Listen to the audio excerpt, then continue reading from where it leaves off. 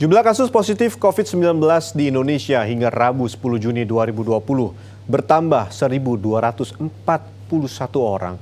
Jumlah kasus harian positif virus corona ini menjadi yang tertinggi sejak pertama kali diumumkan awal Maret lalu. Lalu apa penyebab terjadinya lonjakan kasus positif COVID-19 ini? Berikut laporan khas redaksi. Indonesia kembali mencatatkan penambahan kasus harian tertinggi COVID-19. Berdasarkan data yang diumumkan pemerintah pada Rabu 10 Juni 2020, ada penambahan 1.241 positif COVID-19 yang menjadi jumlah kasus baru tertinggi dalam sehari sejak kasus pertama diumumkan 2 Maret 2020.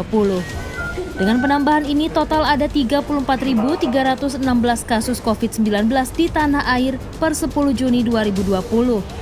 15 provinsi melaporkan kenaikan kasus di bawah 10 dan 6 provinsi yang melaporkan tidak ada penambahan kasus baru.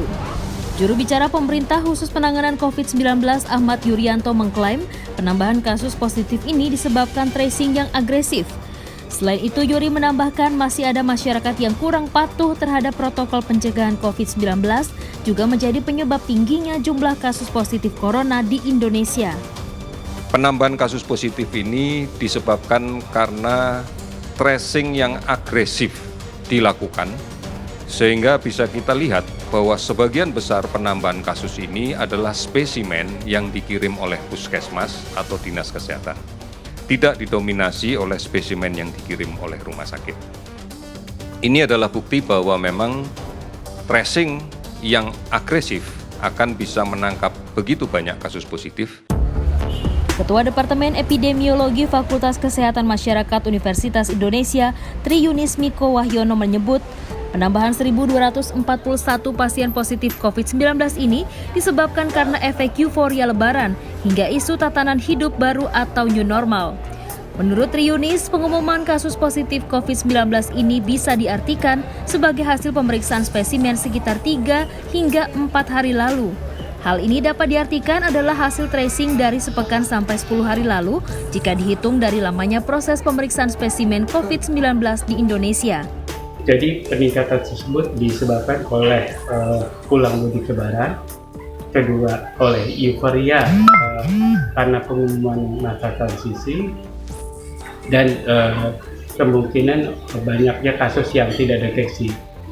Karena pemeriksaan pada tanggal 9 itu memang banyak karena ada 16 spesimen yang diperiksa, 16.000, kemudian pada tanggal 10 itu sekitar 12.000. Tri Yunis menambahkan pelonggaran PSBB untuk menyongsong tatanan hidup baru dinilai belum tepat lantaran angka kasus positif masih fluktuatif. Bahkan selama 2 hari terakhir, Indonesia mencatatkan 1.000 lebih kasus harian positif COVID-19 tertinggi sejak pertama kali diumumkan awal Maret lalu. Dengan angka ini dapat dinyatakan pandemi COVID-19 di tanah air masih jauh dari kata usai.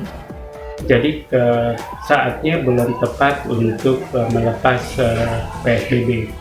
Jadi PSBB dilepas pada saat wabah COVID-19 di Indonesia sudah mereda, terutama di provinsi yang terbanyak yaitu DKI Jakarta dan Jawa Timur.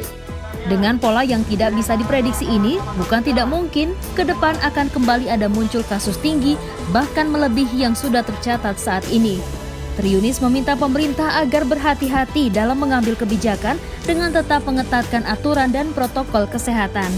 Vida Rahmania Baskoro, Arif Yunan, Jakarta.